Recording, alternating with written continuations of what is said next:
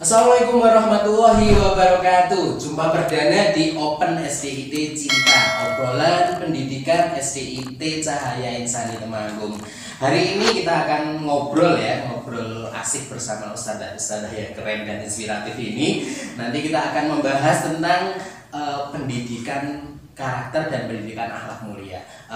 Untuk lebih lanjutnya, lebih jelasnya, nanti kita akan menggali lebih dalam lagi dari beliau-beliau ini. Sebelumnya saya sapa dulu ya, ustadzah ini ada Ustadzah Vicky. Selamat siang Ustadzah Vicky. Ustadzah Rozi dan Ustadzah Zuli. Sehat semua ya? Alhamdulillah semuanya sehat. Semoga selalu dalam lindungan Allah Subhanahu wa taala. Langsung saja ya, mungkin kalau kita ngobrolin tentang pendidikan karakter. Beberapa waktu yang sebenarnya sudah lama ya pemerintah kita mencanangkan pendidikan karakter bagi pendidikan di negara kita.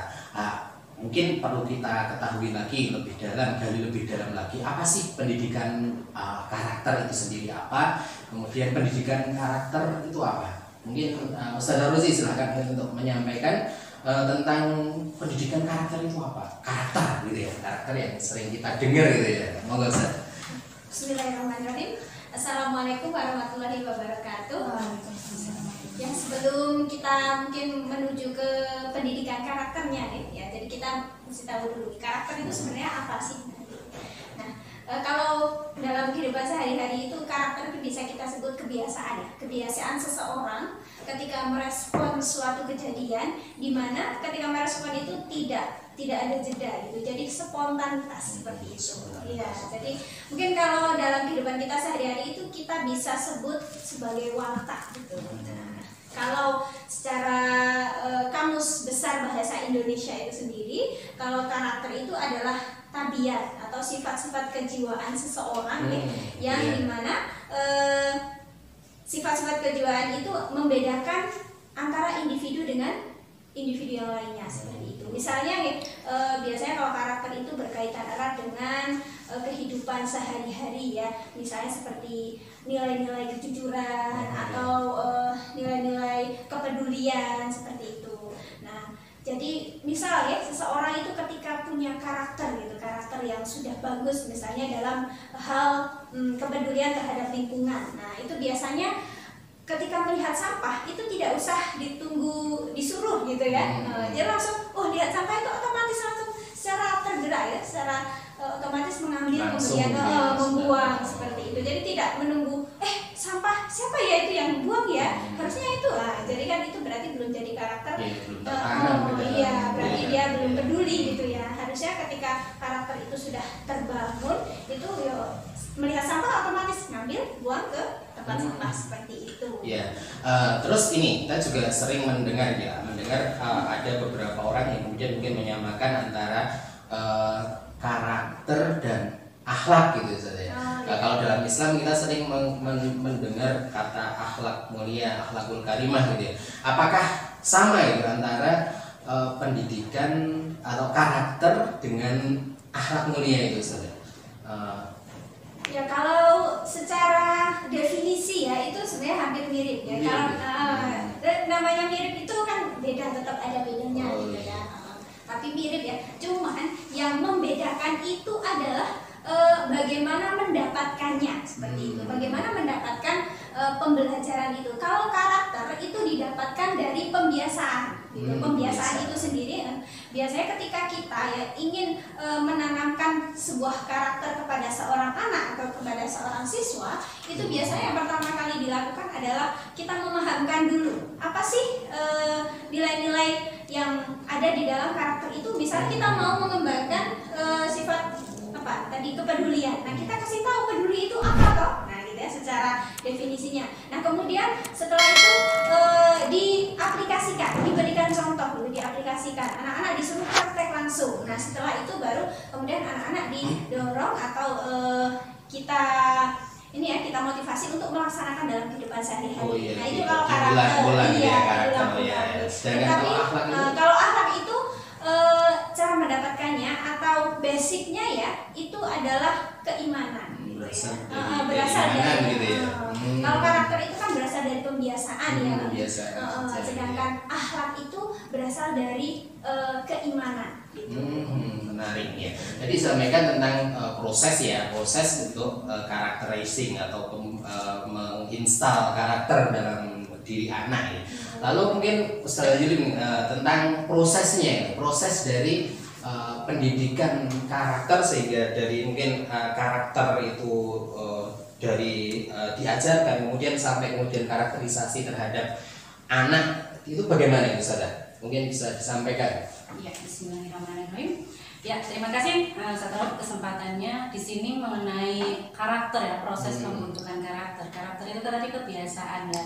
Otomatis cara mendapatkannya pun tidak instan dan perlu waktu yang panjang untuk pembiasaan ya. Di sini menurut Thomas Licona itu ada 3 tahapan yang perlu diajarkan ya kepada siswa. Yang pertama itu ada moral knowing atau pengetahuan tentang moral. Anak-anak itu kita berikan pengetahuan tentang apa sih misalkan disiplin. Apa itu disiplin? Mengapa kok kita harus disiplin? Kemudian contoh-contohnya penerapannya di sekolah atau di rumah seperti apa?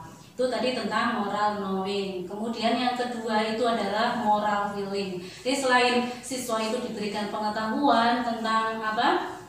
Definisi dari suatu nilai itu juga diajak merasakan bagaimana ketika ya melaksanakan suatu disiplin, bagaimana rasanya, terus bagaimana melihat temannya tidak berdisiplin seperti itu. Kemudian setelah tumbuh rasa ya mencintai, mungkin mulai mencintai, oh enak ya disiplin itu, kehidupannya bisa tertata, tertib. Kemudian anak yang ketiga itu ada moral acting, kita bawa anak untuk melaksanakan, bisa dibawa ke pembelajaran atau mungkin kita simulasikan dalam kegiatan pembelajaran di mana ada satu nilai yang ditanamkan di sana seperti disiplin tadi ya. Kemudian kita juga terapkan di sekolah kita begitu. Berarti kalau kita ingin tadi tidak simpel ya, tidak sulap celing langsung bisa. Tidak, karakteristik itu butuh waktu yang lama dan diulang-ulang. Gitu. Setelah diulang ya nanti akan menimbulkan suatu karakter ya. Tidak usah lagi siswa sudah tahu. Kalau contohnya penerapannya di sekolah SDIT Cahaya Insani Temanggung sendiri seperti apa Ustaz? Mungkin bisa diberi gambaran bagaimana kemudian misalnya proses karakter. Kalau kita kan tahu ya sekolah SDIT Cahaya Insani Temanggung itu brandingnya adalah sekolah berkarakter Qurani gitu ya, itu keren sekali ya. Itu prosesnya juga include di dalam pembelajaran ya, pengkarakterisasi, penanaman karakter-karakter Qurani dalam kehidupan anak-anak ya. Ini seperti apa Ustaz dalam proses instalnya muter ya. Baik, saya jelaskan sedikit. Sebenarnya banyak ya di SDIT itu karakter-karakter yang ditekankan yang sesuai dengan kurikulum 13 ini. Tapi saya ambil contoh ini yang sesuai dengan kita itu adalah sholat duha Ustaz.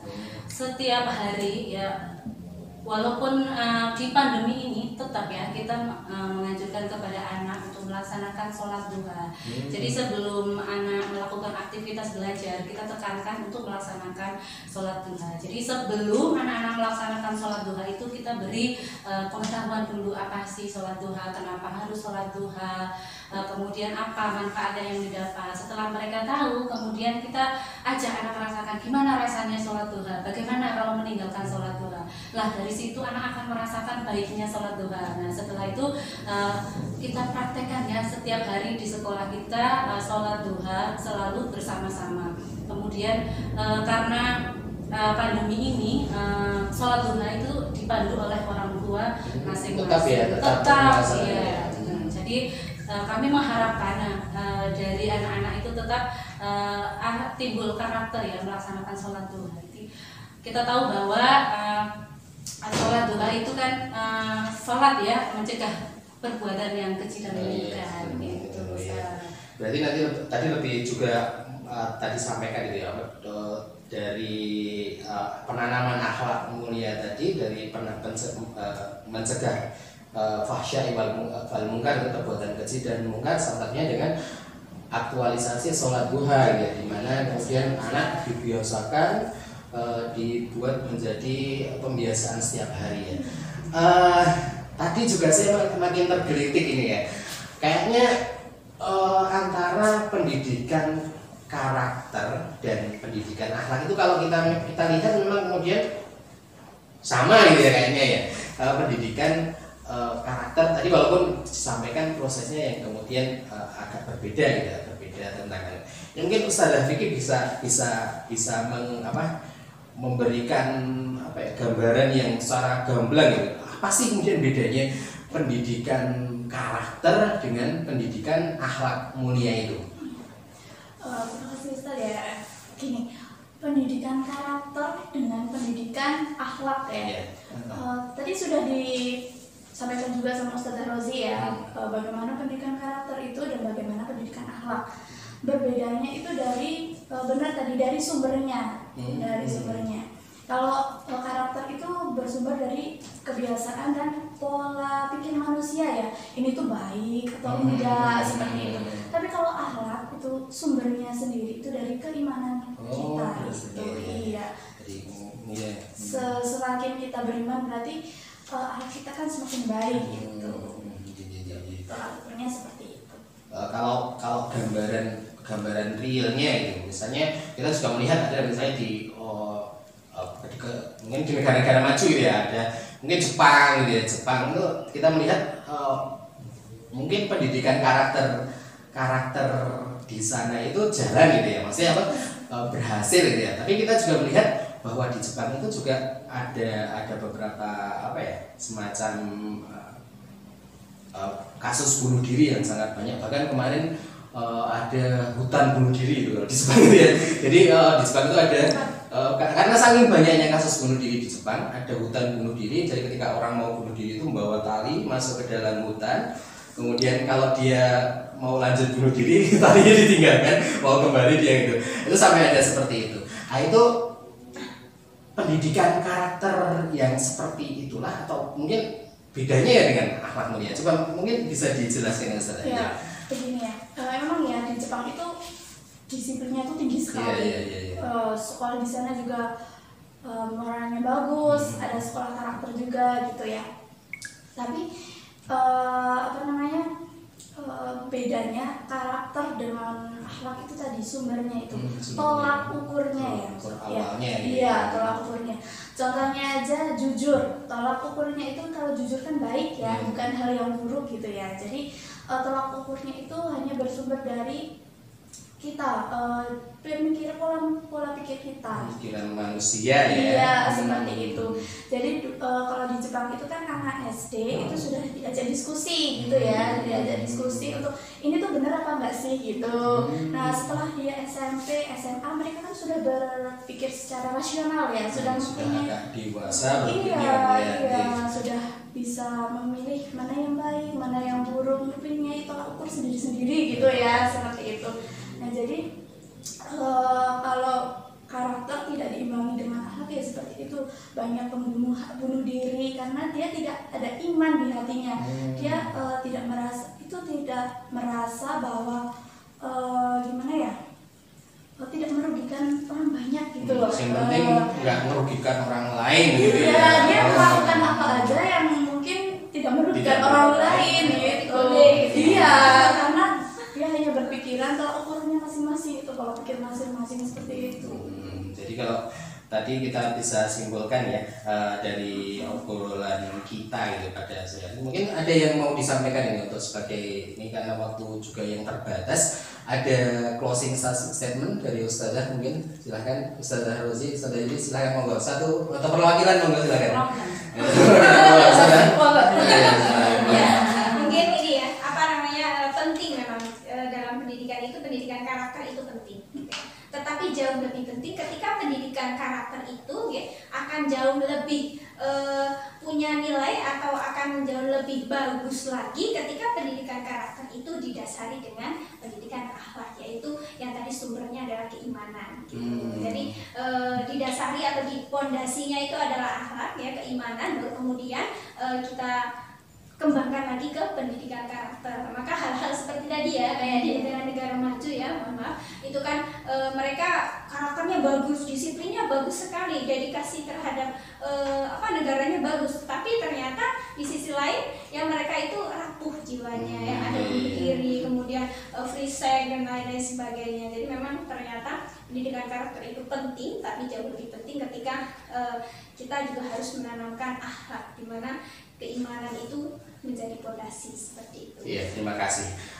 Sesempurnanya pemikiran manusia tentang pengembangan karakter manusia itu sendiri jelas mungkin akan sangat jauh dari kemudian konsep yang ditawarkan oleh Tuhan, oleh Allah Subhanahu wa taala terkait dengan pendidikan akhlak mulia tadi ya. Sekali lagi tadi terima kasih sekali, inspiratif sekali. Kita jadi terbuka ini wawasannya antara apa itu pendidikan akhlak mulia, dan memang kemudian pendidikan akhlak mulia yang tadi berdasarkan kepada keimanan, adab dan ibadah gitu ya, yang akan menghasilkan kesempurnaan karakter, kesempurnaan akhlak seorang muslim ya.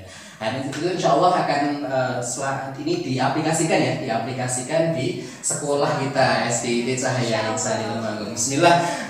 Luar biasa sekali obrolan kita pada pagi hari ini. Insya Allah kita akan lanjut lagi podcast kita di lain kesempatan insya Allah.